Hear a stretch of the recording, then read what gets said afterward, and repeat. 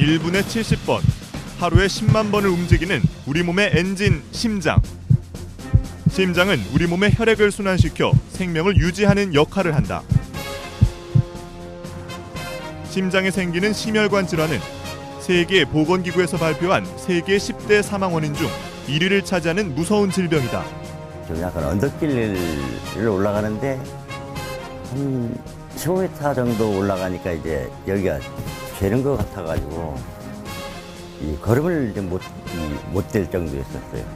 통증 오기 시작하면은 이게 가슴이 막 누가 안에서 막 뭔가 잡아 뜯는 것처럼 엄청 아픕니다. 고통 말릴 수 없습니다. 당해봐야 합니다. 하지만 평소 적절한 건강관리와 적극적인 치료로 얼마든지 예방할 수 있다고 하는데, 오늘 톡톡TV 닥터에서는 S중앙병원 조대경 심혈관 센터장과 함께 심혈관 질환의 치료와 예방법에 대해 알아본다.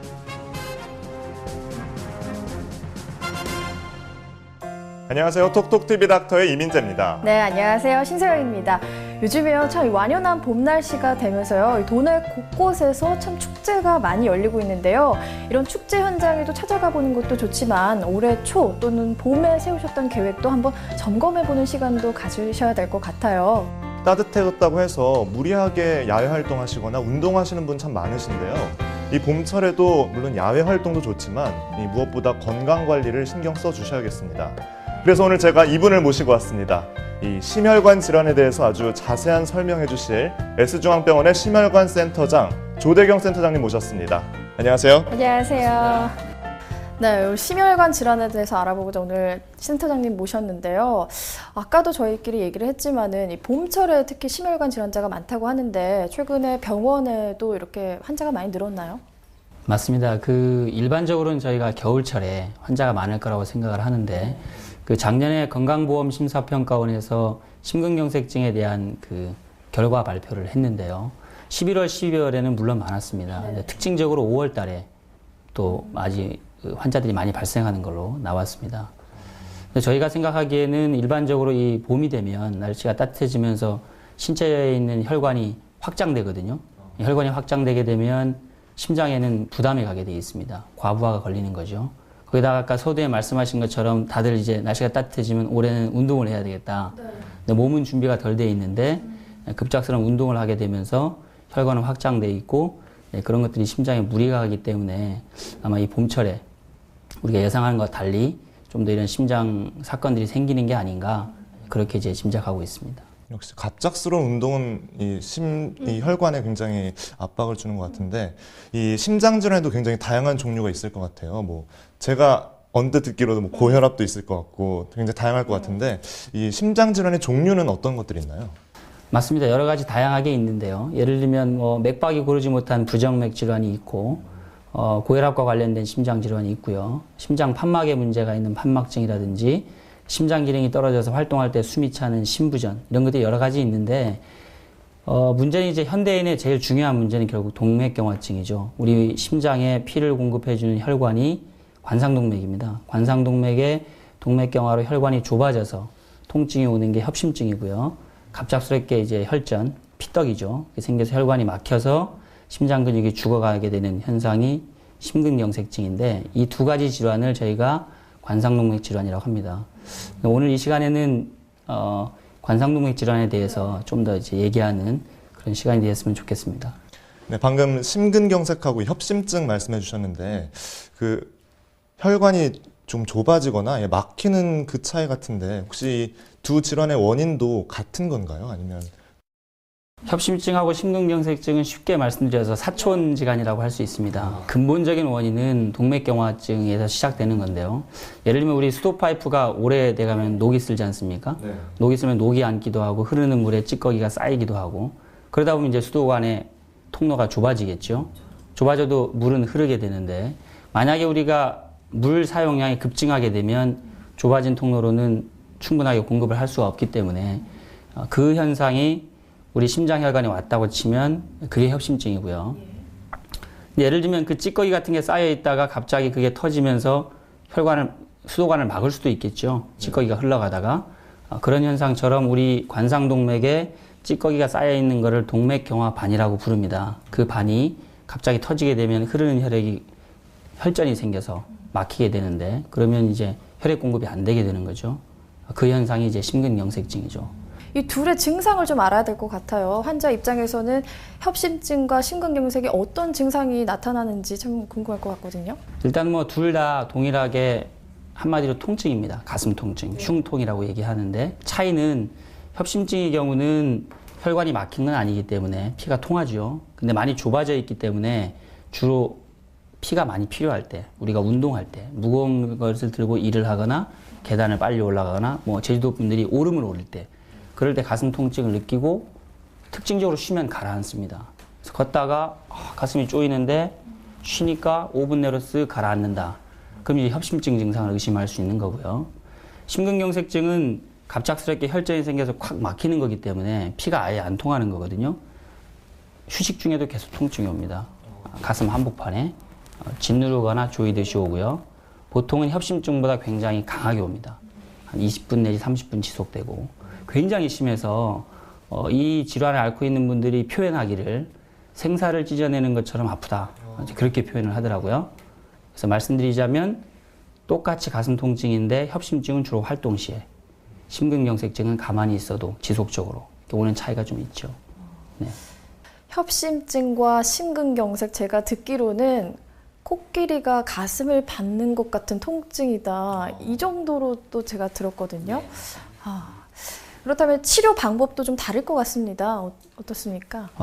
치료 방법도 사실은 근본적으로는 비슷합니다. 근본적으로는 뭐 혈관이 좁아져 있거나 막혀 있기 때문에 뭐 넓혀주거나 뚫어주는 건데요. 차이는 협심증의 경우는 급하지는 않습니다. 그래서 단계적으로 저희가 진단이 되면 약물 치료를 우선 해보고 약물 치료 효과가 없다면 날짜를 잡아서 혈관이 정말 좁아져 있는지를 촬영해보고 심하게 좁아져 있으면 넓혀주는 중재 시술이라는 걸 하게 되죠. 근데 심근경색증은 갑자기 막혀 있는 거기 때문에 통증도 굉장히 심하지만 이 질환은 급사할 수 있는 질환이거든요. 초응급 질환이기 때문에 진단이 되자마자 아주 신속하게 혈관을 뚫어주는 중재술을 빨리 시행해야 되는 응급 치료가 필요한 거죠. 네.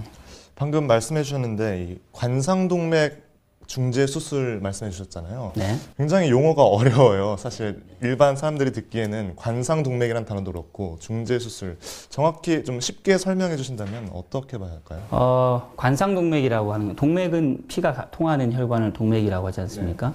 심장이 이제 자기 주먹보다 조금 크게 생겨 있는데 예를 들면은 심장이 자기 가슴 한복판에 있거든요. 네. 주먹보다 좀 크다고 생각하시면 되고 우측으로 가는 혈관이 한 가닥이 있고요. 좌측에는 앞으로 가는 게 한 가닥, 뒤로 가는 게 한 가닥이 있는데 이 세 가닥의 혈관이 마치 이제 관처럼 이렇게 싸고 있거든요, 심장을. 그래서 관 모양이다 해서 관상동맥이다 이름을 붙인 거죠. 심장 근육에 피를 공급해 주는 겁니다.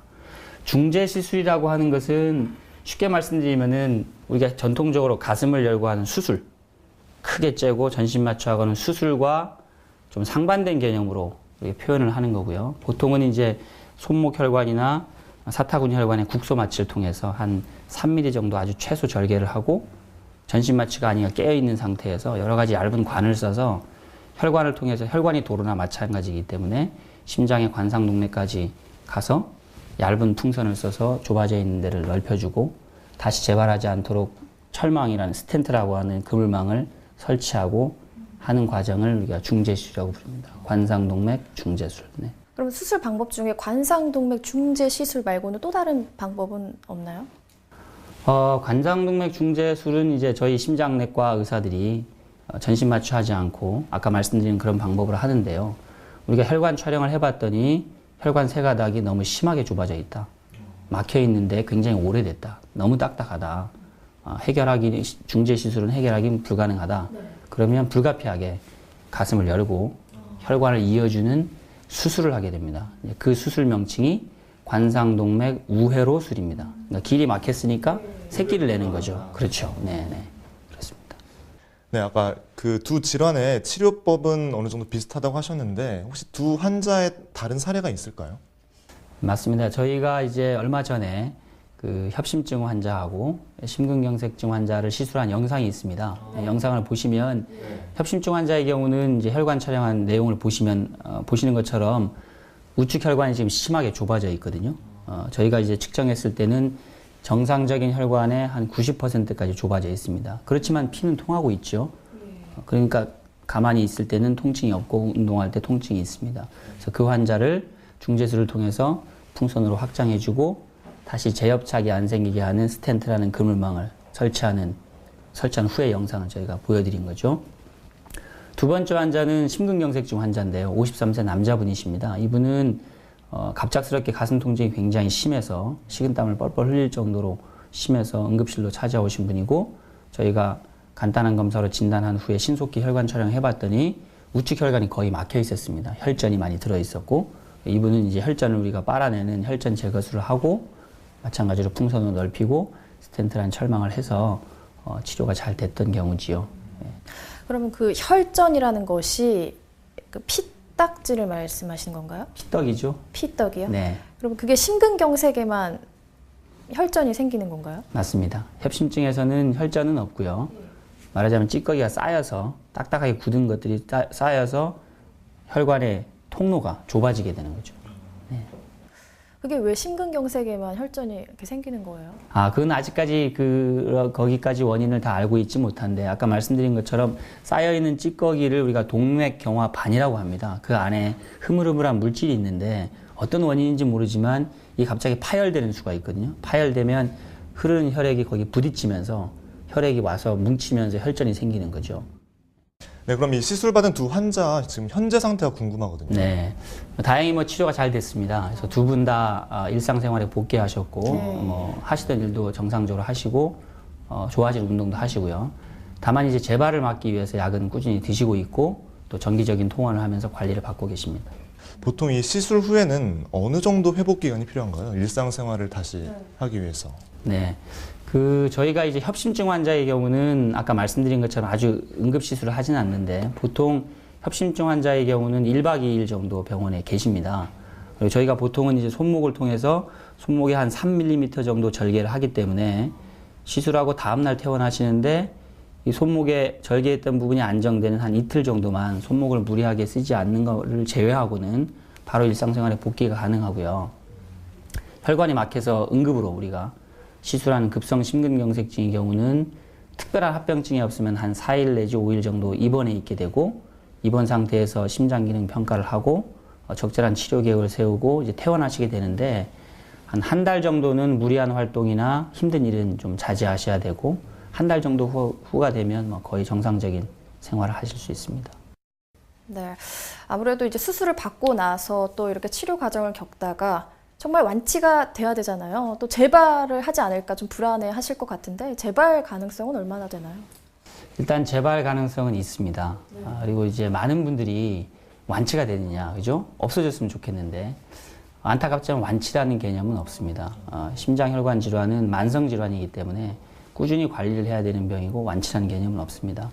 다만 이제 우리가 중재 시술, 아까 스텐트라는 시술을 하고 나면 보통은 한 시술한 지 6개월 내지 9개월 후가 재발이 제일 잘 되는 시점인데 이전에는 일반 금속 스텐트라는 그 그물망을 썼을 때는 적게는 한 20%, 많게는 30%까지 다시 좁아져서 재시술을 하게 되는 경우가 많았었는데 근래 들어서는 재발을 줄이기 위해서 이 의학기술이 발전하면서 스텐트란 철망에서 재발을 억제하기 위한 약물이 뿜어져 나오는 약물 방출 스텐트라는 게 개발이 돼서 보통 재발률이 한 5 내지 7%로 많이 줄었죠.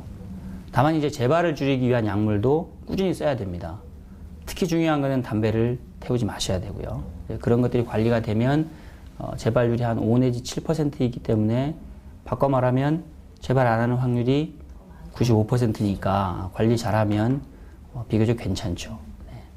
사실 제가 궁금한 건 그 스텐트라고 했던 것이 왜 다시 좁아지나요? 근데 딱 이렇게 잘 유지될 수 있을 것 같은데. 네네, 좋은 질문이십니다. 스텐트라고 하는 것은 쉽게 말씀드려서 어떻게 상상하면 되냐면 저희가 터널을 뚫지 않습니까?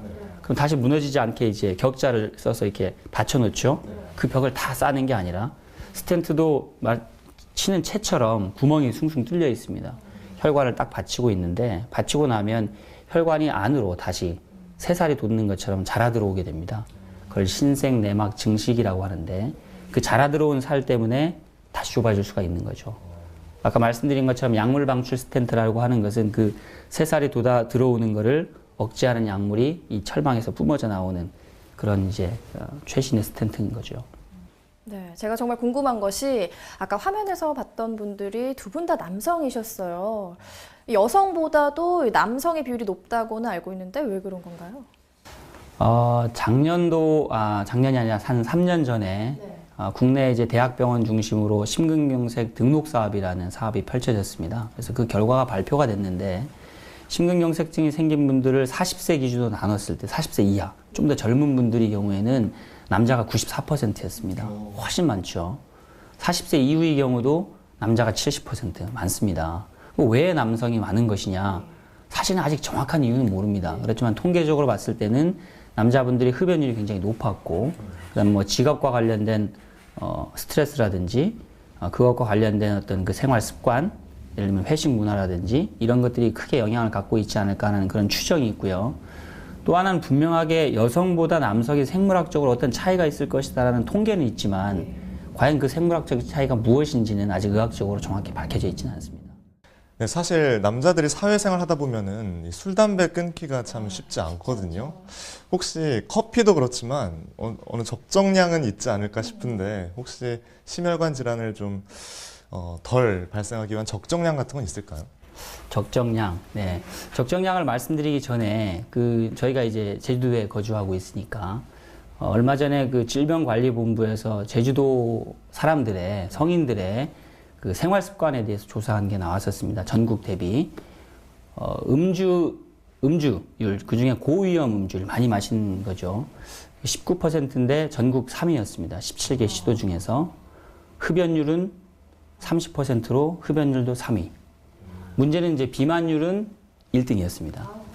다 1등하네요. 한 가지 더 있는데요. 걷기 운동 얼마나 하시느냐? 거꾸로 3등이었습니다. 뒤에서 3등. 그렇죠. 예. 근데 2005년도에 WHO가 저희 제주도를 건강도시라고 인증했었거든요.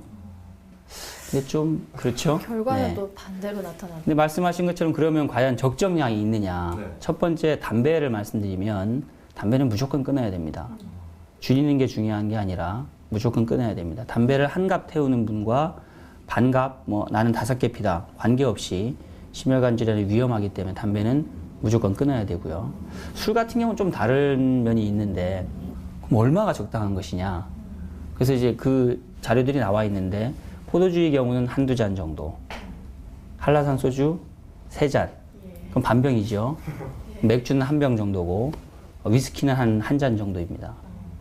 근데 문제는 그 정도로 끝내기가 쉽지가 않죠. 그래서 저희 이 질환을 갖고 있는 분들, 심근경색을 앓았던 분들, 협심증 있는 분들한테는 현실적으로는 금주를 권하고 있습니다. 네.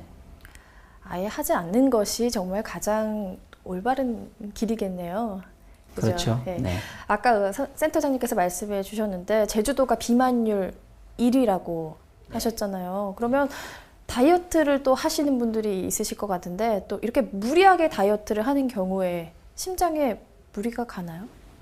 무리가 가는 걸로 되어 있습니다. 예. 예를 들어서 비만은 무조건 우리 심장혈관 계통에 안 좋은 걸로 되어 있습니다. 특히 허리 둘레가 굵은 복부 비만은 특히 안 좋고요. 남자들의 경우는 90cm면 35인치, 여자분들은 80cm면 31인치가 넘어가면 우리가 복부 비만이라고 하는데 저희가 몸무게를 키의 제곱으로 나누는 거를 체질량 지수라고 하는데요. 복잡하지만 그 수치가 23 이하가 정상입니다. 25부터 30까지를 우리가 1단계 비만이라고 그러고 30 이상이면 고도 비만이죠. 비만이 있으면 말씀하신 것처럼 체중을 줄이는 운동을 하고 체중을 줄이게 되면 분명하게 심장혈관 질환 예방 효과가 있습니다. 근데 문제는 이제 급격하다는 말씀을 하셨는데 급격하게 체중을 줄인다. 예를 들면 굶는다. 아니면 어떤 분들은 탈수가 되는 어떤 그죠? 체중 빼는 약을 먹는다. 무슨 한방식품을 먹는다. 이런 것들은 우리 몸의 피양을 적게 하게 되기 때문에 심장에 곧 부담을 주게 되어 있거든요. 좋지 않습니다. 기준은 자기가 비만이라는 판정이 되면 현재 자기 체중의 10%를 6개월 내에 단계적으로 뺀다는 그런 노력을 하시는 게 제일 적당하고 말씀드린 것처럼 굶는다든지 무리한 다이어트를 진행하는 것은 오히려 심장에 좋지 않습니다. 음주와 흡연, 비만이 이제 심장에 안 좋은데 그럼 이제 비만이 되기 전에 이런 식습관도 참 중요할 것 같은데요. 음식 어떤 걸 먹어야 심장이 좋고 또 안 좋은지 좀 말씀해 주실 수 있을까요? 아, 네. 예, 중요한 질문이죠. 다들 이제 질문들 하시는데 사실은 그 음식이 어떻게 보면 그렇게 큰 차이가 있지는 않습니다. 우리가 하는 일반적인 식사들이 크게 무리 있는 건 아니고요. 아까 말씀드린 사실 뭐 담배는 음식은 아니죠. 기호식품이긴 하지만 다만 이제 콜레스테롤 같은 것들이 많은 음식은 좀 줄인다고 치면 계란 노른자, 오징어, 새우, 고등어는 콜레스테롤이 좀 높은 걸로 되어 있습니다. 근데 그걸 드시지 말 정도는 아니고요. 그러니까 적게 먹는다 정도. 그 다음에 뭐 가능하다면 저염식을 하는 거죠. 싱겁게 드시는 노력. 유전적인 요인과 또 이런 비만, 생활 습관적인 요인이 좀 다를 것 같은데 혹시 어느 요인이 더 크게 작용할까요? 저희가 이제 보기에는 생활 습관이 더 중요하다고 보고 있습니다. 사실 유전이라기보다는 엄밀한 표현으로는 우리가 가족적인 경향이라고 얘기를 하고 있습니다. 유전이라고 하면 부모가 병이 있으면 물리는 건데요. 그렇게까지 저희가 생각하지는 않고 부모가 심장질환이 있으면 생길 위험이 높다. 가족적인 경향인데 문제는 가족적인 경향은 바꿀 수가 없지 않습니까? 그죠? 아까 남자가 많다고 했는데 남자는 바꿀 수 있는 건 아니고 그런 걸 우리가 교정 가능하지 않은 위험 요소라고 하는데 생활 습관의 경우는 교정 가능하죠. 비만이라든지 식습관이라든지 흡연, 음주. 그다음 더 중요한 것은 이 관상동맥 질환, 심장혈관 질환이 잘 생길 수 있는 생활 습관 병들이 있습니다. 고혈압, 당뇨병, 고지혈증이죠. 이런 것들이 있다면 철저하게 관리하는 게 중요하겠죠. 네, 이런 생활 습관이 참 중요한데 이렇게 주변에서는 사실 이런 질환들을 앓고 있다 보면은 주변에 건강식품들의 유혹에 참 빠지기가 쉽거든요. 이런 건강식품들이 이런 질환의 조금 예방에 도움이 되는지 궁금합니다. 네. 일단 뭐 제가 오늘 말씀드릴 것은 심장혈관 질환에 국한돼서 말씀드리는 건데요. 뭐 말씀하신 것처럼 많죠. 그리고 또 이 광고나 이런 걸 보면 굉장히 사실은 만병통치약인 것처럼 나오지만 결론적으로 말씀드리면 심장혈관 질환에 도움이 되는 건강식품은 의학적으로는 없는 걸로 되어 있습니다. 근데 예를 들어서 종합 비타민 많이 드시죠. 심장혈관 질환이 혈관의 산화작용으로 생긴다고 되어 있습니다. 비타민이 항산화작용이 있는 걸로 알려져 있고요. 그러면 비타민을 많이 먹으면 항산화작용으로 심장혈관 질환이 안 생길 게 아니냐. 여러 가지 연구들을 했는데 결론은 효과가 없고 특정의 비타민의 경우에는 오히려 해가 될 수도 있는 걸로 나와 있습니다. 그래서 비타민 섭취 같은 경우는 우리 이제 식생활에서 얻는 걸로 충분하고 심혈관 질환을 예방하기 위해서 종합 비타민을 드시는 것은 추천 대상이 아니죠.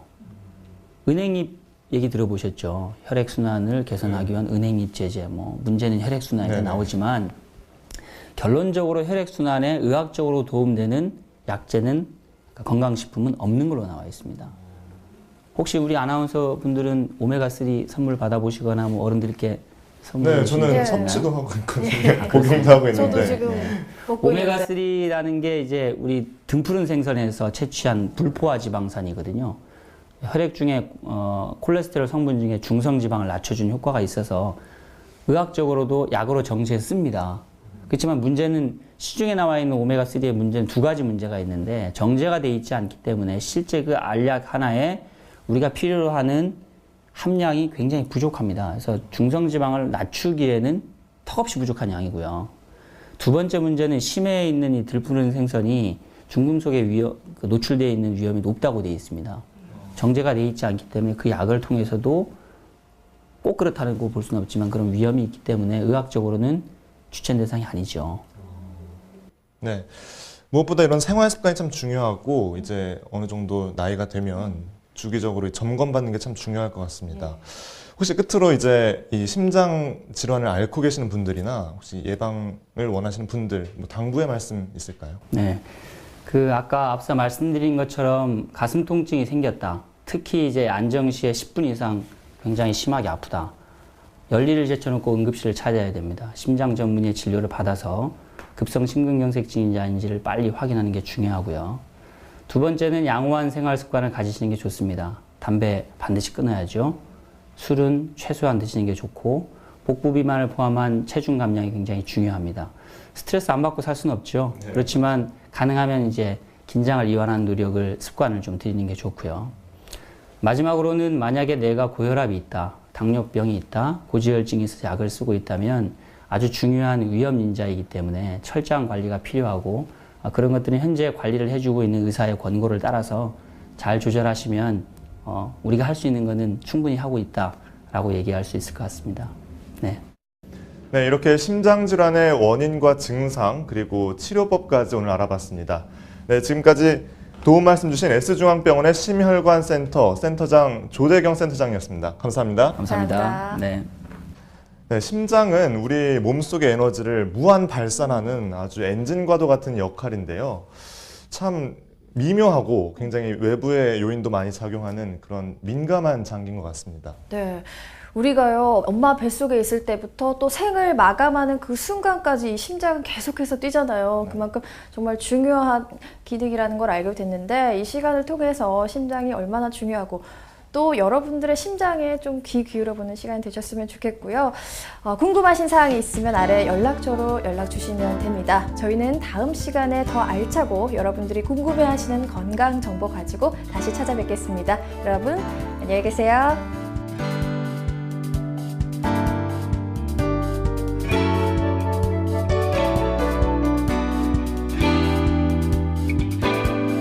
저 같은 경우는 계속 꾸준히 운동도 하고 있고 옛날처럼 식습관도 좀 많이 개선하고 또 기름진 음식 좀 덜 먹고 담배도 끊었고 그렇게 했어요. 앞으로는 일단 건강하게 살려면은 이제 지금까지 했던 행태, 뭐 음식이든 하여튼 술, 담배든 하여튼 전부 다 많이 줄여가지고 더 건강하게 살아야겠다 하는 느낌이 많이 듭니다.